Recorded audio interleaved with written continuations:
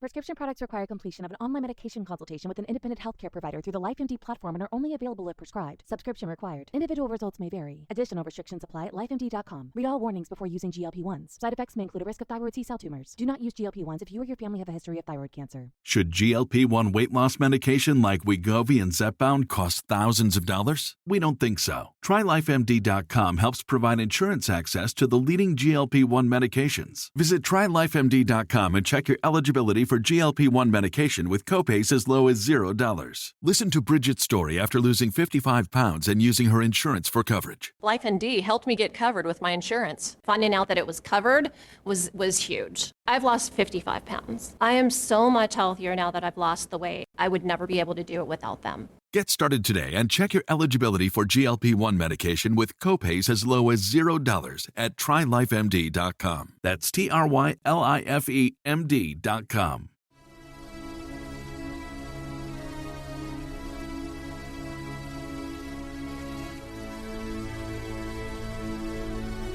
Welcome to the Dynasty Dugout Show, a podcast covering all things minor league baseball. Get a front row seat to the action with everything you need to know about the future stars of Major League Baseball. And now, here's your host, Chris Clegg.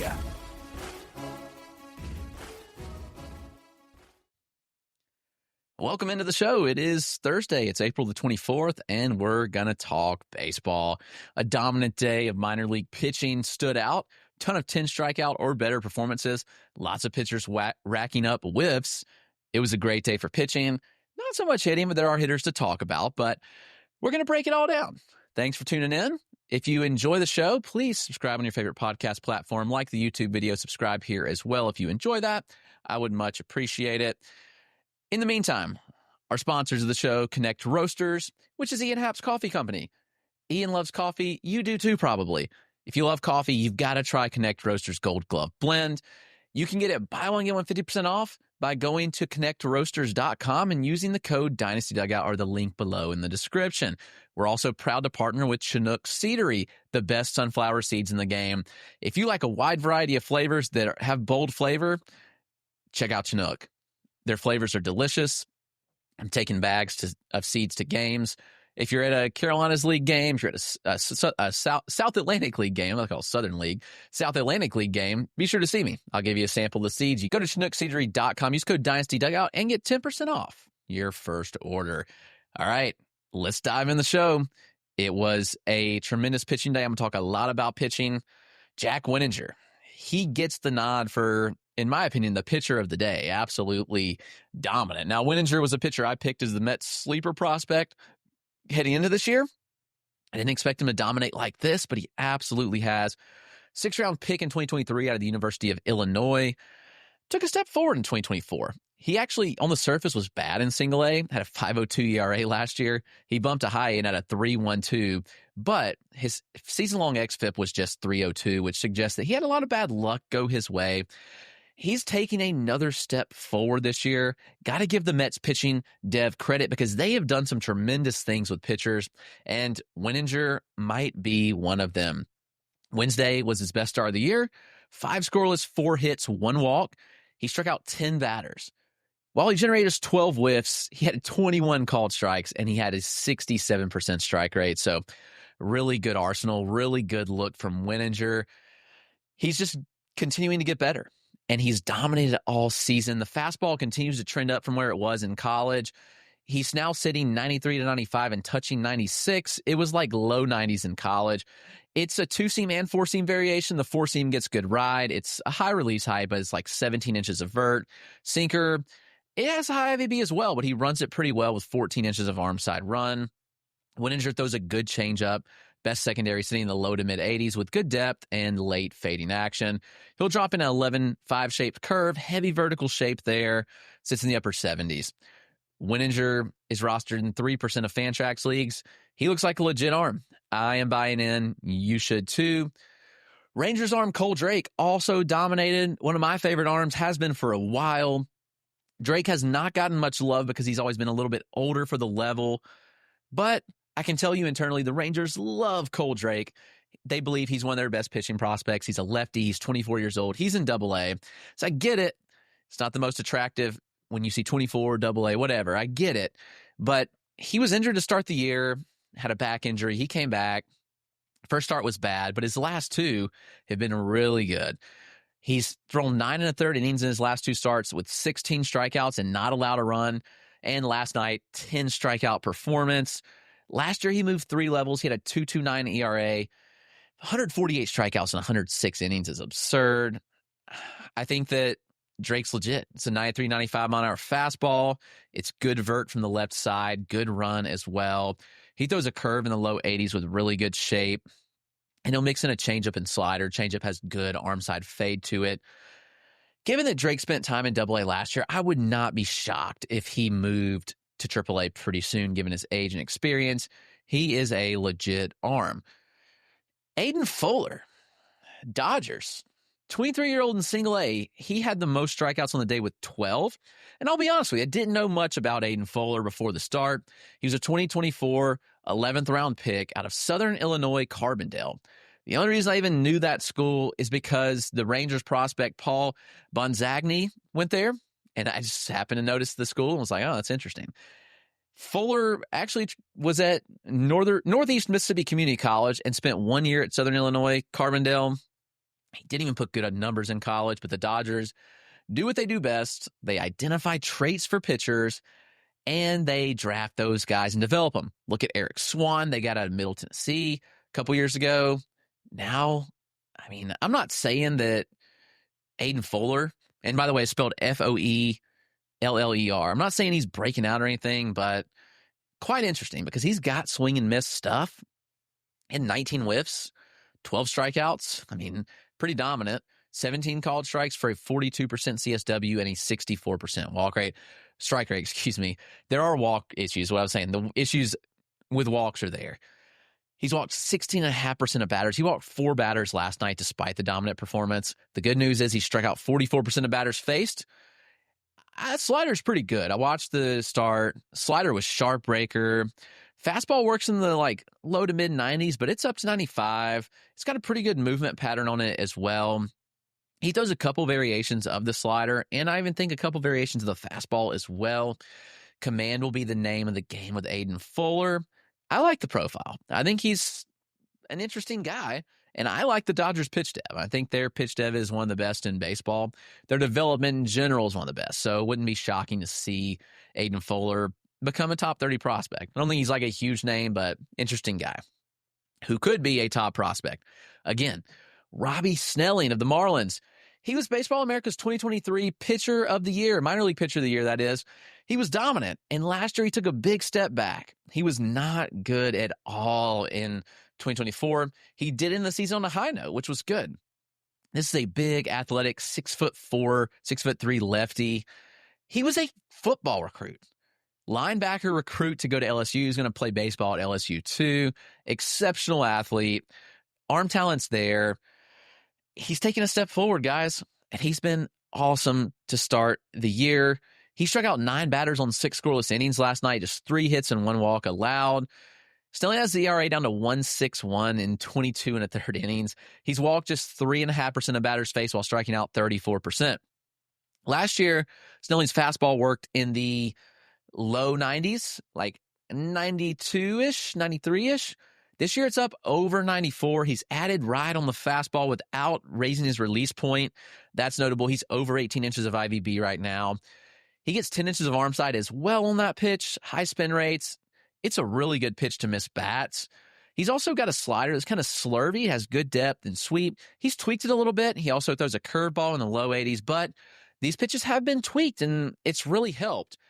Snelling's comfortable throwing it in the zone. He's comfortable throwing those breakers out of the zone and getting chase as well. I mean, the changeup's good as well. I think Snelling's back to being a top 100 prospect, honestly. The strike rate's good. He's missing bats.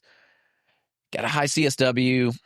I'm pretty interested in Robby Snelling. But what about Jackson Wentworth, who doesn't get talked about it's understandable. He was drafted last year, 5th round out of Kansas State. He's been dominant in 3 of his 4 starts this year. He's in high A for the Blue Jays. He had a clunker in his second start of the season, which he walked 3 and had 5 earned runs in 3 2/3.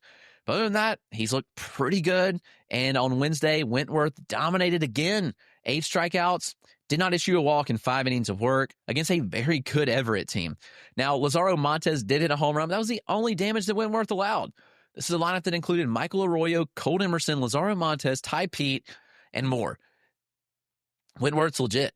He blew out his freshman year at Kansas State, needed Tommy John. He's come back and looks good. It's like 92, 94 from the right side. It's high release point. Below average ride considering the slot, but changeup plays well in the mid-80s with good fade. He misses bats with a mid-80s slider as well, and he has an upper 80s cutter. So I like Wentworth. I think he's pretty underrated. He'll be in my top 500 this time around. Brandon Clarke might be close to the top 100. If Brandon Clarke proves he can throw 5 innings, this is a top 100 prospect. Saw him pitch in spring breakout and was like, holy cow. I mean, he's absurd. He struck out 6 batters in 3 1/3 no-hit innings on Wednesday. 1 walk, 13 whiffs, which is a 57% whiff rate. Added 10 more called strikes. Fastball reaches triple digits routinely.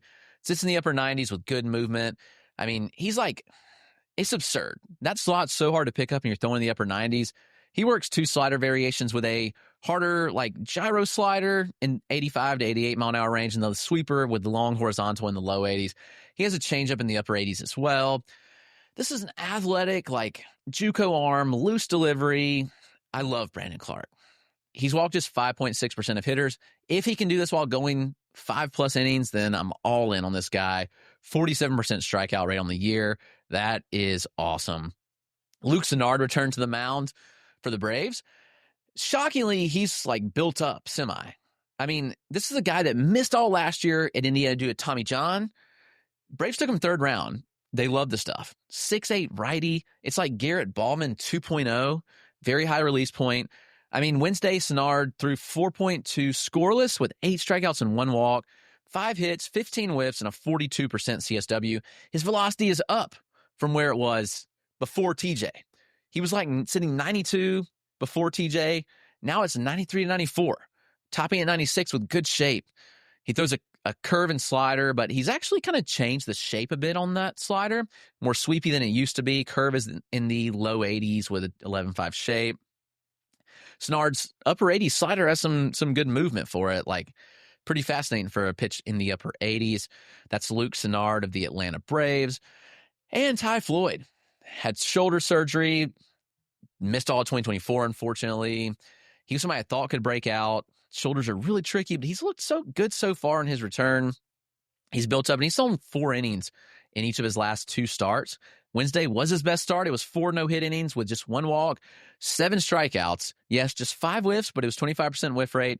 Locations were good. He stole a ton of called strikes and had 33% CSW. Floyd's not fully built up velocity-wise. He averaged like close to 95 at LSU, but he averaged 92 right now. He's topping at 94, but the shape's still really good on the fastball. He's getting 18 inches of vert from a 5'4" release height. He's been up to 22 inches of IVB, which is nuts. So the shape is still there. He's throwing a sinker as well, which is fun. He's got to throw the secondaries more. He has a changeup, curve, and slider, and they're good pitches. Like the changeup's impressive. I think the slider's solid, and the curve pretty good as well, but he just doesn't throw them much. He throws the slider or the fastballs like 70% of the time. So that is something to watch. Let's take a quick break. We'll hit on a few hitters, and we will get out of here. Time is precious, and so are our pets. So time with our pets is extra precious. That's why we started Dutch. Dutch provides 24/7 access to licensed vets with unlimited virtual visits and follow-ups for up to 5 pets. You can message a vet at any time and schedule a video visit the same day. Our vets can even prescribe medication for many ailments, and shipping is always free. With Dutch, you'll get more time with your pets and year-round peace of mind when it comes to their vet care. We didn't have a ton of dominant hitting performances, but we had enough. I mean, there were some guys that did some things. Yanquiel Fernandez hit 2 more home runs. It's 2 of the last 3 days now that he's had 2 home run performances, and Yanquiel added another hit as well. He's doing what he always does. He hits the ball hard. He chases a lot. He's got a 44% chase rate, right where he's been his entire career. He's aggressive on pitches in the zone, which is good, but he's aggressive on everything and swings at everything. Fernandez home runs left the bat at 100, 106.6, and he had a 109-mile-an-hour ground out. Power has always been a part of Fernandez's game. Approach, not so much. He's someone interesting to watch. Everybody calls him Baby Jordan, but golly, they couldn't be different players, just honestly. Bryce Rainer, he had one hit. Why am I talking about him? Because Bryce Rainer is getting criminally underrated already. He missed some time last week. He's back. He's had just 21 at-bats at this point. He's hitting 143. I put in the write-up, if he goes 4 for 4 today, he's going to be hitting 291 all of a sudden. That just shows you how meaningless stats are. He had 3 balls hit over 103.7 miles an hour yesterday. His shot nearly left, the 103.7 nearly left the yard to center. It was hit 380. And he added a 106.1 mile an hour single and 108.5 mile an hour ground out. So he's hitting the ball hard. He's got a 107 mile an hour ninth percentile. He's got an 85% zone contact rate, and Rainer has chased less than 20% of pitches out of the zone while having a 50% hard hit rate. Just as I said with that batting average, those under the hood numbers could change really quick. But I can tell you I saw Bryce Rainer several times in the spring, and he is very impressive. If people are concerned about the numbers, buy the dip on Bryce Rainer. He is really, really good. Dustin Dickerson, Royals prospect, shortstop, 3-hit day. Now, Dickerson's not someone that I've been overly familiar with. His numbers in 2024 weren't good. But Dustin Dickerson added 10 pounds of muscle this offseason, and he's getting results. He spent a little bit of time in AA, but he quickly bumped to AAA. He's had multi-hit games in each of his last 2. He only hit 2 home runs last year, but he hit his first home run of 2025 in his second or third game of the year. The skills look good. I mean, right now he's running an end zone contact rate north of 90%, an overall contact rate around 86%, and a chase rate at 16%, which is pretty impressive. Last night he had exit velocities of 98, 100, and 108.5. This is a true shortstop. He's good. He's got a plus arm. He's a plus glove. But they've got some guy named Bobby Witt Jr. at short, so how does that really fit in? We'll see. He could play second. I think he could take Michael Massey's spot at second. That would not surprise me a bit. Dickerson looks good. I mean, he gets the ball to all fields. He's got a lot of contact, and there's maybe some sneaky juice coming around, so watch out for Dustin Dickerson of the Royals. And finally, Nathan Church, St. Louis Cardinals, underrated outfield prospect, but Nathan Church is good, guys. He's got some traits that are pretty intriguing. I saw him in the AFL, and that was the first time I took him seriously because his stats weren't great throughout the minors. But last year, he did slash 268, 331, 373 with 9 homers and 24 stolen bases. He's missed time with undisclosed injury, but upon returning to AA on Tuesday, so he's had 2 games in AA, 4 hits. He had a 3-hit day on Wednesday, which included a triple, and he stole 2 bases. So Nathan Church is smaller, not a ton of power, but an intriguing bat.